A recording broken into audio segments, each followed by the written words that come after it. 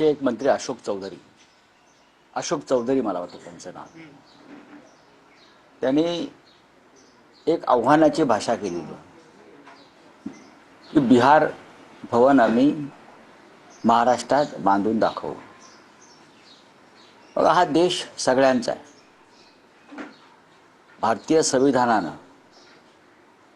प्रत्येकाला देशांतर्गत कुठेही फिरण्याची, राहण्याची, नोकरी करण्याची, काम करण्याची अधिकार दिलेला आहे.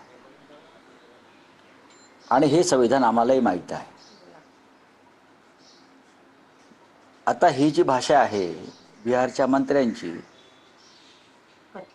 ती अधिक त्यांना संयमी आणि सौम्य शब्दात वापरता आली असते. मुंबईत बिहार भवन त्यांना कशा करता बांधायचं आहे? पाटण्याचा विकास करावा, बिहारचा विकास करावा.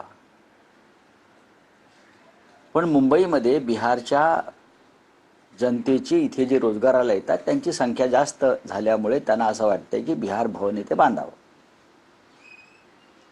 इतर राज्यांची सुद्धा भवनं मुंबईत, नवी मुंबईत उभारली गेली. माझं राज्याच्या मुख्यमंत्र्यांना असं आव्हान आहे देवेंद्र फडणवीसांना, मुंबईमध्ये किंवा मुंबईच्या आसपास बिहार भवन उभारण्यासाठी तुम्हाला जमीन द्यावी लागेल. जमीन तर ते पाटण्यावरून आणणार नाहीत ना. मग त्यासाठी तुम्हाला एक सर्वपक्षीय बैठक घ्यावी लागेल. घ्या आणि लोकांना सांगा की मी मुंबईत बिहार भवनला जागा देतोय आणि त्या बदल्यात आपण बिहार सरकारकडे एक मागणी केली पाहिजे की पाटण्यामध्ये आम्हाला 5 एकर जागा द्या, आम्हाला महाराष्ट्र भवन उभं करायचं. का महाराष्ट्रातले असंख्य लोक जातात, गयाला जातात, पाटण्याला जातात, इतर ठिकाणी जातात. आम्हालाही 30 माळ्याचं महाराष्ट्र भवन पाटण्याला उभारण्याची संधी मिळावी.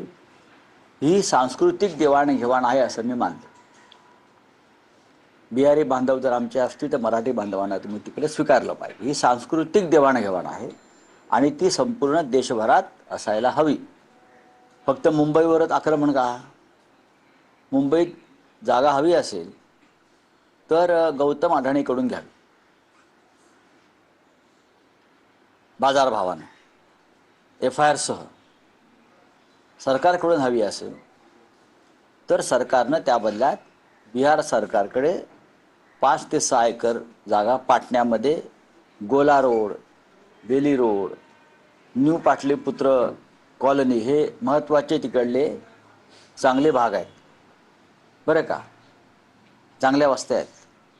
तिथे आम्हाला 5-6 एकर जागा तुम्ही द्या, आम्हाला तिथे महाराष्ट्र भवन बांधायचं, आमची काही अडचण नाही आहे. आम्ही देशाचं संविधान मानणारे लोक आहोत मिस्टर चौधरी, बरं का. तुमच्यासारखे आकांड तांडव करणारे लोक आम्ही नाही आहोत.